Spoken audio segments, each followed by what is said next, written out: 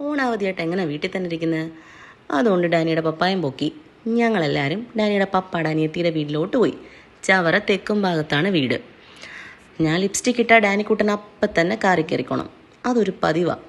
അങ്ങനെ ഞാനും മല്ലും മക്കും ഉമ്മയും എല്ലാവരും റെഡിയായി ചവറ തെക്കും ഭാഗത്തുള്ള മംഗലത്ത് വീട്ടിലെത്തി. ഈ ഇരിക്കുന്നത് ഡാനിയുടെ പപ്പയുടെ അച്ഛനാട്ടോ. വന്ന ഉടനെ ഞാനിവിടെ മൊത്തം കറങ്ങി നടന്നെന്ന് കണ്ടു. കാരണം ഒരു 1 ഇയർ അടുപ്പിച്ചാവുന്നു ഇങ്ങോട്ട് വന്നിട്ട്. അവർ രണ്ടുപേരും ഗവൺമെൻറ് എംപ്ലോയീസാണ്. മലപ്പുറത്താണ് വർക്ക് ചെയ്യുന്നത്, അതുകൊണ്ട് വല്ലപ്പോഴും ഒക്കെ നാട്ടിലുള്ളൂ. അങ്ങനെ മൊത്തത്തിൽ ഒന്ന് കറങ്ങുന്നതിനിടയ്ക്ക് എൻ്റെ മോൻ കിടന്നുറങ്ങിപ്പോയി വരുന്ന വഴിക്ക്. അതുകൊണ്ട് എൻട്രിയിലുള്ള ആ കുരുത്തക്കേടൊന്നും പാവത്തിന് നടന്നില്ല. അങ്ങനെ ഈ വരുന്നതാണ് അളിയൻ. അളിയൻ ആൾക്കാർ വരുന്നതും സൽക്കരിക്കുന്നതും ഒക്കെ ഭയങ്കര ഇഷ്ടമാണ്. ഞങ്ങൾക്കായിട്ടൊരു മെയിൻ സദ്യ തന്നെ ഒരുക്കിയിരുന്നു. ഒരു രക്ഷയില്ല, കാണാം. അടിപൊളി സംഭവമായിരുന്നു എല്ലാം. ഇത്രയും സീ ഫുഡ് ഐറ്റംസ് ഒരുമിച്ച് കണ്ടപ്പോഴേ എൻ്റെ കൺട്രോൾ പോയി. ഞാൻ ഓരോന്നായിട്ട് ടേസ്റ്റ് ചെയ്തുകൊണ്ടേയിരുന്നു.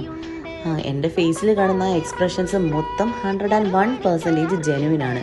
കൊഞ്ചും കക്കയും കണവയും മുരിങ്ങയും മീൻ പൊരിച്ചതും മീൻകറിയും ഉള്ള എല്ലാ ഐറ്റംസും അടിപൊളിയായിരുന്നു. കഴിച്ച് തന്നെ അറിയണം. ഇതാണ് അളിയൻ്റെ അമ്മ അമ്മിണിയമ്മ. അമ്മിണിയമ്മ നല്ല സൂപ്പർ ഷെഫാണ്. എങ്ങനെ ഷെഫ് പിള്ളയുടെ നാട്ടുകാരിയല്ലേ.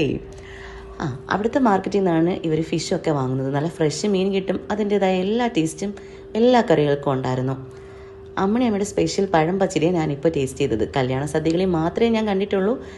ഒരു രക്ഷയില്ല, അടിപൊളി. ചോറിനൊക്കെ ശേഷം നമുക്ക് ഡെസേർട്ടായിട്ട് കഴിക്കാനും ആ പുളിയും ആ മധുരവും റെസിപ്പിയൊക്കെ ഞാൻ ചോദിച്ച് പഠിച്ച് വെച്ചിട്ടുണ്ട്. ഒരിക്കൽ ട്രൈ ചെയ്യണം. ഞാൻ ഉണ്ടാക്കിയ ഇതുപോലെയൊക്കെ ആവുമോ എന്തോ. ഇത് മുരിങ്ങ ഇറച്ചി, നല്ല വലിയ മുരിങ്ങയായിരുന്നു. കുരുമുളകൊക്കെ ഇട്ട് അതും മൗത്ത് വാട്ടറിങ് ആയിരുന്നു. അടിപൊളി ടേസ്റ്റ്.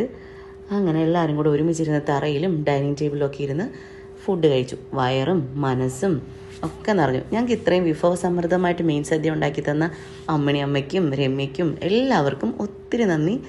സന്തോഷത്തോടാണ് കഴിച്ചത്. അത്രയ്ക്ക് സാറ്റിസ്ഫൈഡ് ആയിരുന്നു. അടിപൊളി ഊണായിരുന്നു. സന്ധ്യയായപ്പോൾ എല്ലാവരും മുറ്റത്തിരുന്ന് വീട്ടിലെയും നാട്ടിലെയും കാര്യങ്ങളൊക്കെ സംസാരിക്കാൻ തുടങ്ങി. എല്ലാവരും കുറേ നാൾക്ക് ശേഷമല്ലേ ഒരുമിച്ച് കൂടുന്നത്. നല്ല സന്തോഷമുള്ളൊരു നൈറ്റായിരുന്നു. ഡാനി ഇതിനിടയ്ക്ക് ഉറക്കമുണരുകയൊക്കെ ചെയ്തു. ഇത് ജാനകിക്കുട്ടി, നാക്ക് വായിലിടത്തില്ല, ഭയങ്കര സംസാരക്കാരിയാണ്. അങ്ങനെ കുറേ നേരം കളികളും ഷട്ടിൽ ബാറ്റും സിനിമാ പേരും അന്താക്ഷരിയൊക്കെ പറഞ്ഞ് ഞങ്ങൾ കളിച്ചു. കളിയൊക്കെ കഴിഞ്ഞ് ഡിന്നർ കഴിക്കാൻ പോയി. നല്ല ഫ്രൈഡ് റൈസും ചിക്കൻ റോസ്റ്റും ഉച്ചയ്ക്കത്തെ കുറച്ച് കറികളൊക്കെ ഉണ്ടായിരുന്നു. അടിപൊളി ഫുഡായിരുന്നു. മുറ്റത്തിരുന്ന് എല്ലാവരും കഴിച്ചത് അതിൻ്റേതായിട്ടുള്ളൊരു സന്തോഷവും ഒക്കെ ഉണ്ടായിരുന്നു. പിന്നീട് ഞങ്ങളെല്ലാവരും വീണ്ടും കുറേ നേരം സംസാരിച്ച് ഒരുപാട് ലേറ്റായിട്ടാണ് ഉറങ്ങാൻ പോയത്.